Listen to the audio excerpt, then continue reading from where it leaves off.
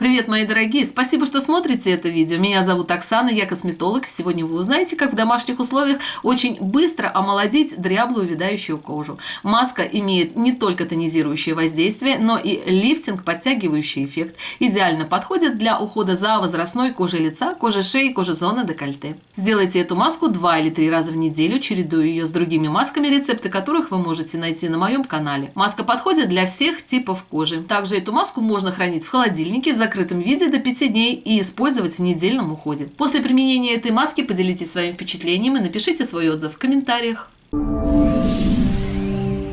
И давайте приступим. Для сегодняшней маски нам понадобятся простые доступные ингредиенты. Возьмите зубную пасту. Можно использовать зубную пасту, ту, которой вы регулярно чистите зубы. Если у вас есть детская зубная паста, то предпочтение отдавайте ей. Нужно взять 1 каплю зубной пасты.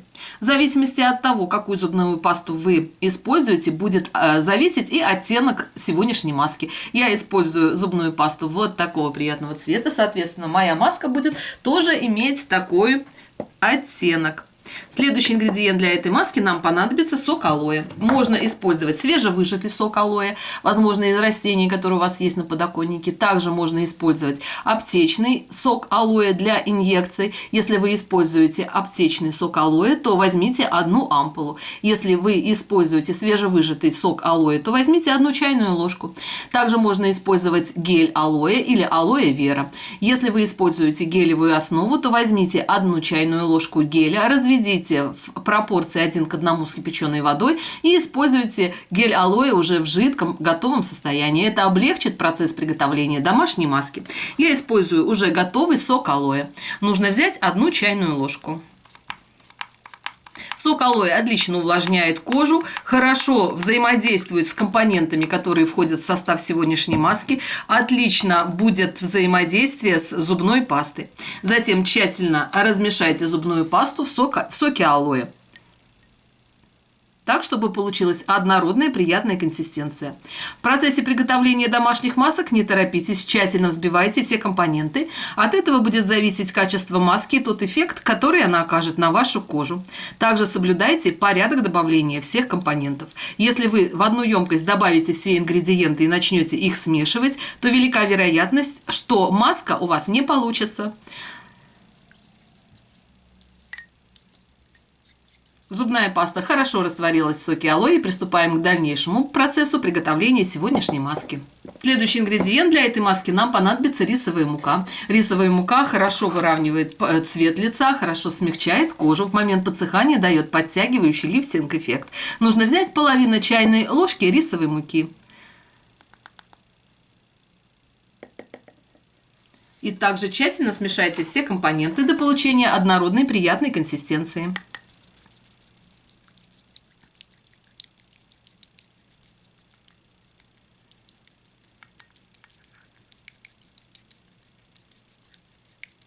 Все свои рецепты домашних масок я показываю в реальном режиме времени. Достаточно 7 или 8 минут для того, чтобы в домашних условиях сделать очень качественный состав маски.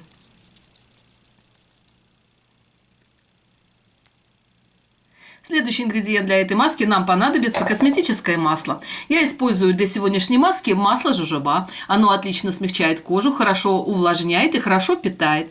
Нужно использовать косметическое масло, то, которое подходит к вашему типу кожи. Если у вас сухой тип кожи, то рекомендуется в состав этой маски добавить масло кокоса, либо гусиный жир. Если у вас комбинированный или жирный тип кожи, то используйте более легкие косметические масла, такие как масло персика, масло жожоба, масло зародышей пшеницы или виноградных косточек. Нужно добавить 10 капель косметического масла.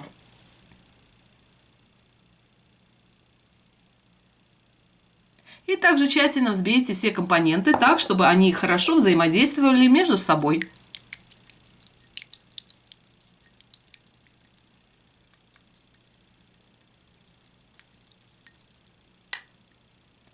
Следующий ингредиент для сегодняшней маски нам понадобится имбирь. Для того, чтобы усилить тонизирующее воздействие зубной пасты, имбирь также будет хорошо улучшать оттенок кожи, убирать легкие пигментные пятна. Если у вас есть сухой готовый имбирь, то используйте его. Также вы можете взять корешок имбиря, натереть его на очень мелкой терке и использовать для приготовления домашней маски. Также имбирь хорошо тонизирует кожу, улучшает оттенок кожи. Нужно взять имбиря примерно на кончике ложки, вот такое количество. И также взбейте тщательно все компоненты. Имбирные маски отлично улучшают оттенок кожи, подходят для дряблой увядающей кожи, улучшают тургор кожи. Нужно также тщательно взбить все компоненты.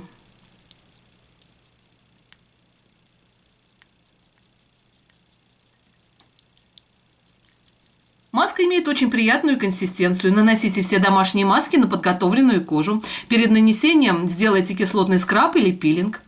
Возьмите 3 или 4 таблетки аспирина, размочите их водой комнатной температуры, нанесите на кожу кашицу. В момент нанесения сделайте скрабирующий массаж в течение 3 минут. Затем поскрабируйте кожу, смойте состав водой комнатной температуры, промокните махровым полотенцем и приступайте к нанесению домашней маски. Для жирного типа кожи кислотную скатку нужно делать 1 или 2 раза в неделю. Для сухого типа кожи кислотную скатку сделайте 1 или 2 раза в месяц.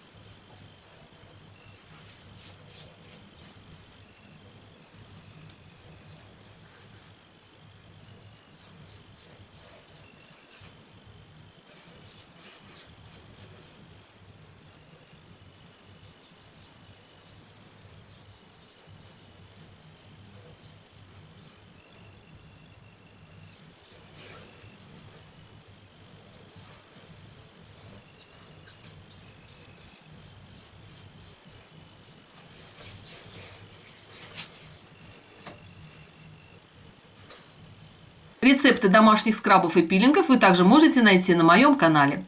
Наносите эту маску по кожным массажным линиям на кожу лица, на кожу шеи, на кожу зоны декольте. Не забывайте домашние маски также наносить и на кожу рук. Держать маску нужно не более 20 минут. Затем размягчите эту маску махровым полотенцем, смоченным водой комнатной температуры, и смойте маску. Затем нанесите питательный или увлажняющий крем. Обязательно поделитесь этим видео со своими друзьями, мамами, подругами, для того, чтобы как можно больше женщин знали о простых способах омоложения кожи лица в домашних условиях. Всех люблю, целую и обнимаю. Всем мира, добра и красоты. А с вами была Оксана. Увидимся в следующем видео. Всем всего хорошего. Пока-пока.